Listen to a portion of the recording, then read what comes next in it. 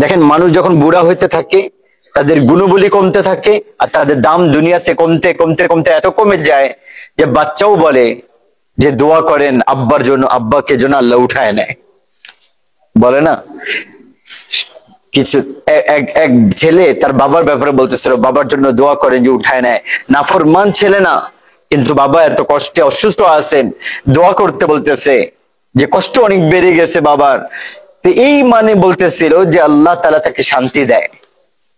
তো বাচ্চার মুখে ওইটা চলে আসে যে আল্লাহ আমার বাবাকে উঠায় নেই।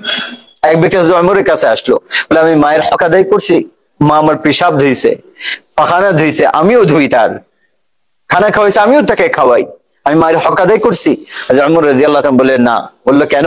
বললো তোমার মা যখন তোমাকে লালন পালন করতো তো তোমার জীবনে দোয়া করতো যে আল্লাহ জীবনওয়ালা হোক, আল্লাহ লম্বা জিন্দগি দেন, আর তুমি যখন খিদমত করো সাথে বলে আল্লাহ তাকে তাড়াতাড়ি উঠায় নেন, আমি খিদমত করে করে পেরেশান হয়ে গেছি, তুমি আর সে কিভাবে বরাবর হইতে পারো? এমনি মায়ের হককে আদায় করতে পারে। এক ব্যক্তি খোরাসান থেকে, ইরান থেকে, আফগানিস্তান থেকে মাকে কাঁধের উপর উঠায় মক্কায় নিয়ে গেছে, কাঁধের উপর উঠায় আর হজ করাইছেন পুরা কাঁধের উপর বসায়।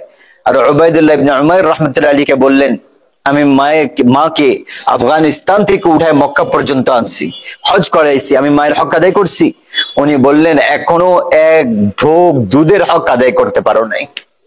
মানে কি হক আদায় করা সম্ভব না? এক ঢোক 2 বছর বাচ্চা যে পান করে ওই দুধের হকও তুমি আদায় করতে পারো নাই। এটা অসম্ভব এটার হক আদায় করা। যেভাবে বয়স বাড়তে থাকে দুনিয়াতে মানুষের, যাদেরকে জন্ম দিচ্ছে তারাও বলে উঠায় নেন, আর 60 বছর পরে সরকারও বলে যাও ঘরে যাও, তোমাদের কাজে দরকার নাই, রিটায়ারমেন্টে যাও। আর আল্লাহ তাআলা কি বলেন? আল্লাহ কি বলছেন? যখন আমার বান্দা 50 বছর বয়স হয় ইমানের অবস্থায়, হাসাবতুহু হিসাবান ইয়াসীরা, আমি তার হিসাব সহজ করে দেই। ওয়াইদা বালাগা 60 সানাতান, যখন 60 বছর বয়স হয়ে যায় দুনিয়াতে রিটায়ারমেন্ট, আর আল্লাহ বলেন হাব্বাবতু ইলাইহিল ইনাবা, আমি আল্লাহ নিজে তার অন্তরে আমার ভালোবাসা দিয়ে দেই, তাকে কাছে টানতে থাকি। 60 বছর বয়সে যায় সাধারণ মানুষরা দাঁড়িয়ে রাখতে থাকে, এখন তো বুড়া হয়ে গেছি, কবর কাছে, এখন একটু মুসলমান ওয়ালা আকৃতি বানাই, এটা ব্রেনে আসে যে মৃত্যু কাছে। অথচ এটা তো জওয়ান হওয়ার কাজ ছিল। তো এত খেয়াল প্রতিটা অন্তরের মানুষের অন্তরে চলে আসে যে মৃত্যু কাছে আসতেছে, একটু কিছু করা উচিত।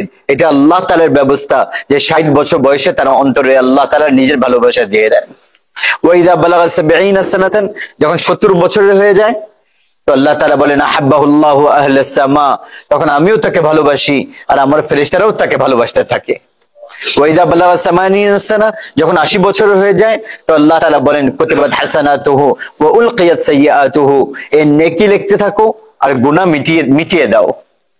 আর হাদিসে কুদসিতে আল্লাহ বলেন আলাইদ আল্লাহু আযযিবা আবনা 80, আমার জাতের কসম আমার বান্দা 80 বছর দুনিয়াতে ঈমানে থেকে চলে আসে তাহলে আমি তাকে আযাব দিব না।